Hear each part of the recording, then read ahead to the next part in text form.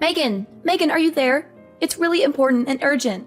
Hurry up and answer me. Don't leave me hanging here. I'm sorry, I really don't have time to talk right now. I'm super busy with work and I can't afford any distractions. Busy? What are you talking about? I never see you leave the house. Aren't you just like a full-time housewife or something? You know, cooking, cleaning, taking care of the kids, that kind of stuff. How hard can that be? My brother must be very stressed and miserable to marry a useless wife like you. Hey, you watch your mouth. I've told you a bunch of times already that I work from home. I have a remote job as a web designer, and I have deadlines and projects to finish. And before you ask, yes, my husband and I basically make the same amount of money. We both have successful careers, and we're both very happy with our arrangement. Well, 1, who said I was going to ask? And 2, I really doubt that. I mean, isn't he a manager at some Fortune 500 company or something like that? Are you really trying to say that you make the same amount as someone with that kind of prestigious and high-paying job? Well, if that's true, then you guys must be really swimming in money over there, huh? Man, you better be lying or something, because I am so jealous right now if that's true. How about sharing a little bit of that with me? I wouldn't mind a weekly allowance, you know? Just a small token of your generosity. What are you talking about? Does that have anything at all to do with why you messaged me in the first place? You said you needed to talk to me about something important and urgent. What is it? Oh, come on. Don't change the subject. I know you got more money than you know what to do with. Why can't I have some too? You're my sister-in-law after all. You should help me out when I'm in need. Maybe because the money we have, we worked really hard to earn. We didn't just get lucky or inherit it from someone. We studied hard, got good grades, went to college, got degrees, applied for jobs, worked our way up the ladder, and saved up for our future. We didn't spend it on frivolous things or waste it on bad habits. We made smart choices and we're proud of them. I mean, I know you had that part-time job for a little bit while you were in high school, but have you ever even had a job after that? That's what I'm saying.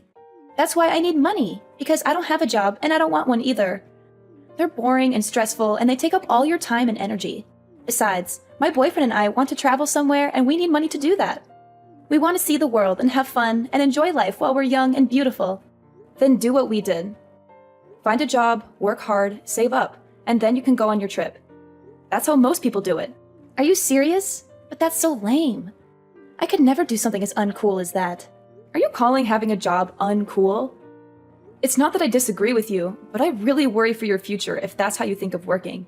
How are you going to support yourself when your boyfriend dumps you or when your parents stop giving you money? Well, duh. That's because I'm just going to marry rich and never have to worry about any kind of lame stuff like that. That's my dream and my plan. And don't worry about my boyfriend dumping me or my parents cutting me off.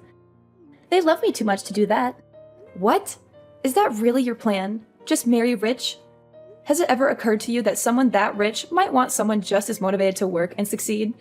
What? And are you trying to say that I'm not that kind of person or something? Are you trying to insult me or hurt my feelings? Because if you are, then you're doing a terrible job at it. Well, I know you don't have a job, and I'm pretty sure you never do any kind of housework either, so... And you're cooking. Well, remember what happened last time you tried to make something for the family, right? We all just ended up ordering takeout after one bite. You said you wouldn't bring that up. That's not fair. And remember that healthy dish you tried to make that one time? It was that stew that you just dumped a whole bottle of vinegar and that terrible health powder into? Oh man, that was a classic. But anyways, I guess my point was to say that you probably don't cook much around the house either. You probably just order food or eat out all the time. It wasn't the whole bottle, you know. Besides, we'll just hire a maid for all those kinds of things, so problem solved. Yes, you're very clever. Alright, well, do what you want, I suppose. Anyways, I have to deal with some clients, so I can't text anymore. See ya. That's fine. I was going to head over to your place to hang out anyways. What? You mean, like right now? I'm sorry, but I have a couple of friends coming over tonight. Let's hang out another day, okay? Oh, don't worry. I don't mind. They won't bother me at all. That's not what I was worried about. I'm the one who's going to be bothered. You always crash my parties and make everything awkward and annoying. Do you remember the last time you went to my house while my friends were here? You made fun of our hobbies and interests and acted like you're better than us, which caused trouble and drama and ruined the mood for everyone. I already said it'll be fine. See you in a little bit. Flora, where are you right now? Where I am is none of your business. You are my sister-in-law, not my mother. It's not your duty to keep tabs on me and monitor my every move. I don't have time to argue with you. Tell me the truth. Did you sneak into my driveway and take the Ferrari that was parked there for a joyride? I need to know right now. Answer me. What's the big fuss? Why are you freaking out? It's no big deal. My boyfriend and I just thought it would be fun to take it for a little spin, that's all. What? A spin, huh? Yep, the wind and sun just feel amazing. We didn't do anything wrong. We just wanted to have some fun. And where, may I ask, did you get the keys for that car? Well, when I was leaving your place, I saw the key case lying there in a bag, and I just kind of helped myself. I thought you wouldn't mind if I borrowed it for a while. You wouldn't even notice if one was missing. You just rummaged through a bag you found at my place? It wasn't some random bag, it was yours. And I figured since we were sisters, what's yours is mine kind of thing, you know? Sharing is caring and all that. Flora, that bag wasn't mine. I don't own a bag like that. Oh, really? Oh well, I guess it doesn't really matter exactly whose bag it was. I mean, who could even worry about the small details like that when the keys to a Ferrari are sitting right there in front of you? It's like fate or something. Well, you better start worrying about them. Anyways, my boyfriend and I wanted to pretend honeymoon, so that's why we took it. We'll be back in a few days. You took that car so you two could go have a pretend honeymoon? That's what I said. And this guy says he goes to Harvard, so, you know, he'll be set for life. Maybe we'll even get married for real one day. Of course, if that were the case, then we could go abroad for our honeymoon, of course. I can picture it now, globe-trotting from one fancy hotel to the other with my new husband. It sounds dreamy, doesn't it? And now we're getting to practice that in this Ferrari. I would have never guessed this would be happening to me in 1,000 years. Today might be the day I ask him what he thinks about, you know, tying the knot. Stop talking about your fake honeymoon and return that car right now. Yuck. Chill out. Flora, this isn't a game. I am being serious. Don't let things go too far. Why are you always trying to spoil my fun, huh? How come you never told me you owned such a cool car? Why did I just find out about this today? Flora, the car isn't mine. Wait, are you serious? It's not your car? No, it belongs to one of my friends who was at my place when you came over. You're not talking about the one really poor-looking lady, are you? That lady is not poor in the slightest. Well, if she really was rich enough to afford this car, then how come she wasn't wearing any expensive clothes or anything when I was there, huh? Because she's just the type of person who likes to spend money on cars and not clothes. Oh, I see what you're doing here. You're just jealous and you don't want me to have any fun. I get that you didn't want to lend the car out, but there is no need to lie to me about who really owns it. Oh my god. I literally cannot deal with you right now. Just bring the car back now, okay? Sorry, we already hit the freeway. I think it's a little late for that now. The freeway? Just where are you planning on taking it? Don't worry about it. Daniel is a great driver. It'll all be okay. Has he ever even driven a sports car like that before? Nope, he says it's his first time. And you took it on the freeway? I know, isn't it so cool? Just bring that car back now, okay? How many times do I have to say this isn't my car? Why are you so stubborn? Nah, we're good. After all, we need to use this car to get around on our fake honeymoon. This isn't a game, Flora. I'm being serious. Oh, and one more thing. I borrowed your credit card. Hold on a second. You did what? Yeah, I borrowed your credit card. Why didn't you tell me about that either? I didn't know you were a black card holder. I thought they only gave those out to celebrities and famous people and stuff. You must be really rich and successful, huh? What do you mean, black card? I don't have a black card. It's bad to keep lying to your sister-in-law like this, you know? You should be more honest and generous with me. After all, we're family, right? Wait, I am being serious. Do you have a problem with reading comprehension? That card is not mine. It belongs to someone else. Anyways, we'll be taking both your card and your car for our little escapade. We already stopped to get lots of clothes and other supplies for our trip with the card. And of course, we spared no expense and got all branded stuff.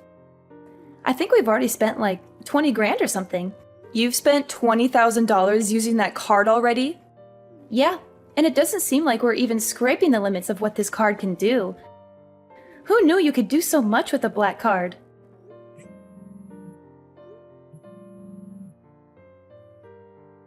Man, you are persistent. Look, Megan, I'm trying to enjoy my fake honeymoon here, so I'm going to block you until we get back. Flora, you better not! Too late. Bye-bye.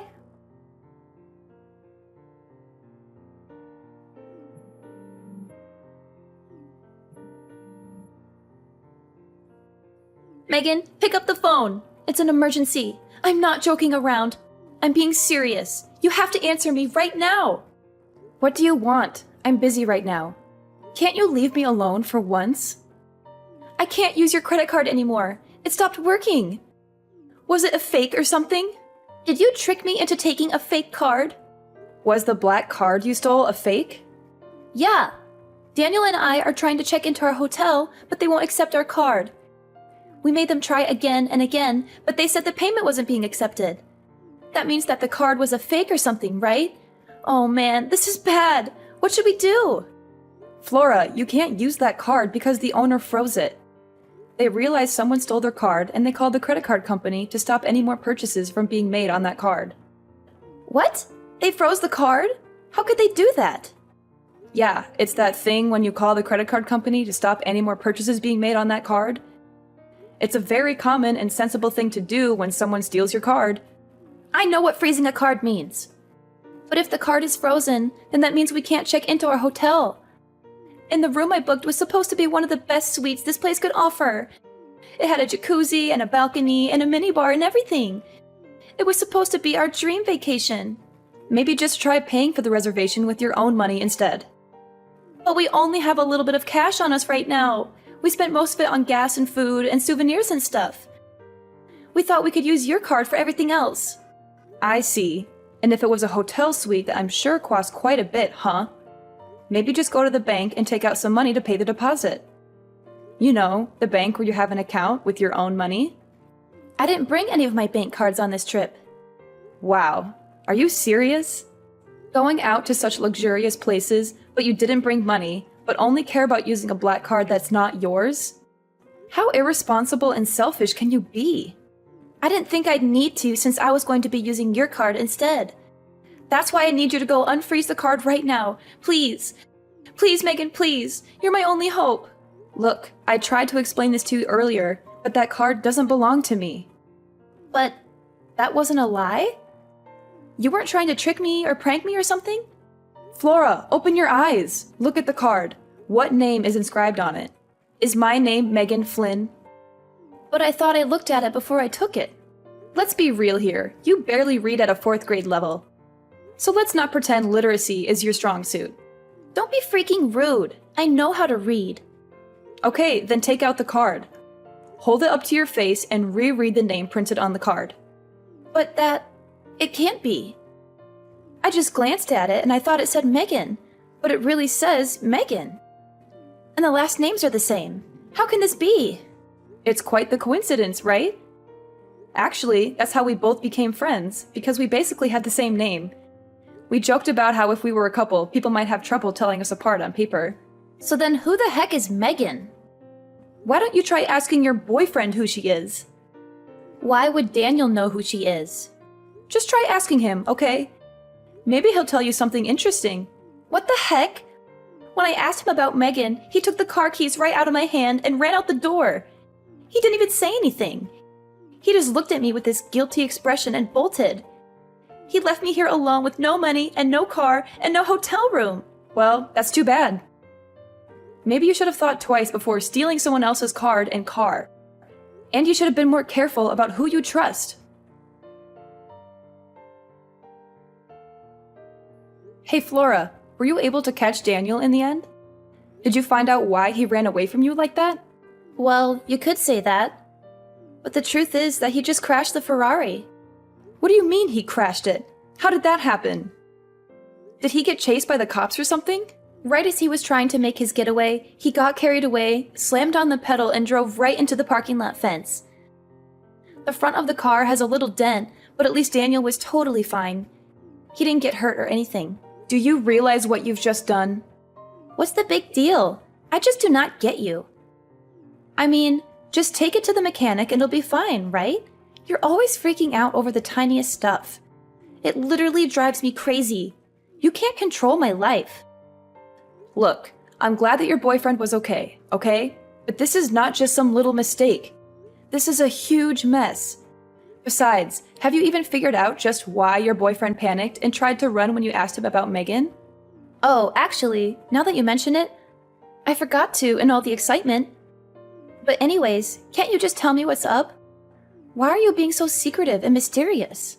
Daniel is Megan's younger brother. He's a what? I never knew that. How come he never told me? Do you remember that one time, I can't recall exactly when, but there was this dinner party I was going to that you weren't invited to, but snuck in anyways? Well, that's where you first met Daniel, right? What does that have to do with anything? Wait, was that place Daniel's sister's house? Yes, it was. Anyways, maybe you've heard from Daniel, but Megan and him have a pretty strange relationship. So that's probably why he flipped out when you told him that the cards you've just borrowed actually belonged to his older sister, Megan. So that means that the car also belongs to Megan? Yes, that's what I've been trying to tell you. The car and the card are both hers. Come again? Okay, I'll try to explain everything from the top one more time. Neither the Ferrari you were driving nor the black credit card you were using belonged to me. Both of those things that I just listed above belong to Megan. Wait, so then her own little brother doesn't even know what kind of car she drives? Well, she just picked up the car about 3 days ago or something. I'm not sure Daniel ever knew she owned it to begin with. At least that's what Megan is telling me right now. Megan is there with you? Yup. And is she mad at all? I would describe her as very mad, actually. And after using her card to buy $20,000 worth of crap, on top of all the fees you'll have to pay to take the car into a specialist who deals with imported cars, you're probably looking at about $100,000 in damages, at least. $100,000? And that would be the low end of how much you might owe at the end of this. That is why Megan has just been furious since this morning, really. I mean, who knows what she'll do to you both when you get back. Honestly, she's had a pretty scary face all day. It's starting to creep me out. I'd be worried. It's that bad, huh? Seems that way, yes. And one more thing. What else could you possibly have after all that? Well, we got a call from the hotel you two were just trying to check in at. The hotel called you? What did they want to talk about? Well, Megan's husband actually manages a resort company, and it turns out he's pretty close with the owner of that hotel.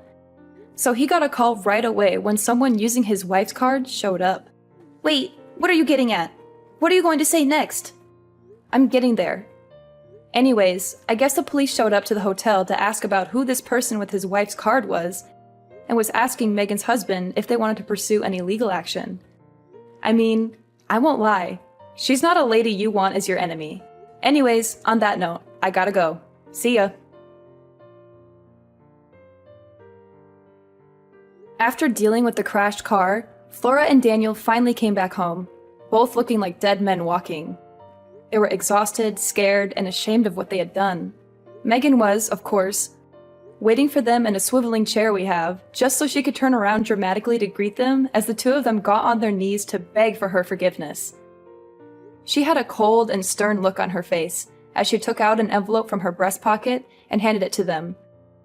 Inside was an invoice for $70,000.